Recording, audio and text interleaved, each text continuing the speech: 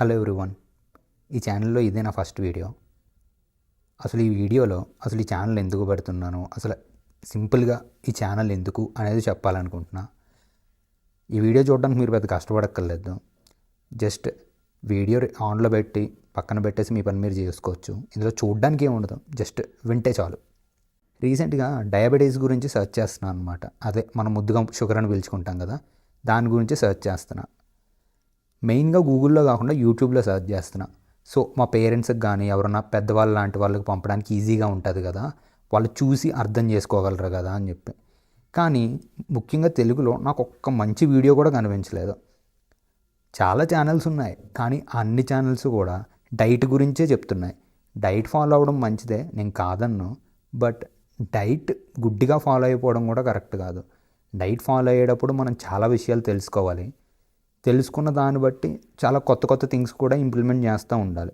అప్పుడే డైట్ అనేది మన బాడీ మీద కరెక్ట్గా ఎఫెక్ట్ చూపిస్తుంది. ఈ ఛానల్ మెయిన్ కంటెంట్ విషయం వచ్చేసరికి అసలు మనం డే టు డే లైఫ్లో చాలా విషయాలు ఏవైతే ఇవి కరెక్ట్ అని ఫాలో అయిపోతున్నామో అందులో చాలా వరకు మిస్టేక్స్ ఉంటాయి. ఆ మిస్టేక్సే మనం తీసుకుంటున్న చాలా వరకు జాగ్రత్తల్ని మన బాడీ మీద ఎఫెక్ట్ చూపించకుండా చాలా వరకు చేస్తాయి. సింపుల్గా మీకు ఎగ్జాంపుల్స్లో చెప్పాలి అంటే ఒక 2 ఎగ్జాంపుల్స్ ఇస్తా చూడండి. నేను ఇక్కడ 2 పర్సన్స్ ఫొటోస్ పెడుతున్నా.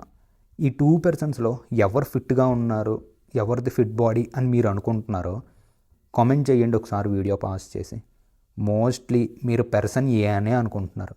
ఎందుకంటే తనకు మంచి మజిల్స్ ఉన్నాయని చెప్పి, తను చూడ్డానికి ఫిట్గా కనిపిస్తున్నాడు మజిల్స్ వల్ల అని చెప్పి అనుకుంటారు. లీన్గా ఉన్నంత మాత్రాన పర్సన్ బి ఫిట్ కాదు అని కాదు. చెప్పాలంటే పర్సన్ ఏ కంటే కూడా పర్సన్ బి ఫిట్గా ఉండే ఛాన్సెస్ 90% ఉన్నాయి. జస్ట్ మనం ఏంటంటే బయట అందరూ చెప్పేది విని విని విని అదే నిజమని అనేసుకుంటున్నాం. ఈ ఛానల్లో నా మెయిన్ ఉద్దేశం అదే. జస్ట్ మనం చూసే థింగ్స్ని హెల్త్ పాయింట్ ఆఫ్ వ్యూలో కొంచెం మార్చి చూపించాలి అన్నదే నా ఆలోచన. ఇంక సెకండ్ ఎగ్జాంపుల్కి వచ్చేసరికి మనందరం డే టు డే లైఫ్లో ఒక 30 years దాటిన తర్వాత కామన్గా భయపడేది దేనికి? డయాబెటీస్ గురించి.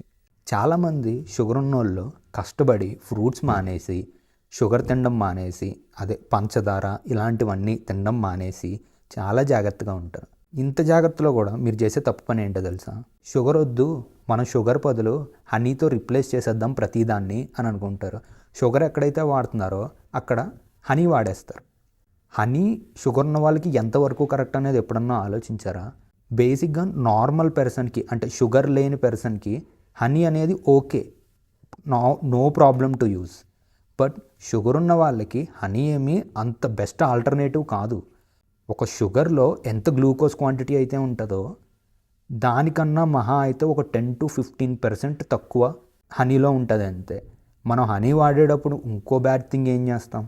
హనీ న్యాచురల్ థింగే కదా అని చెప్పి 1 స్పూన్ వేసేది 1.5 స్పూన్ వేస్తాం.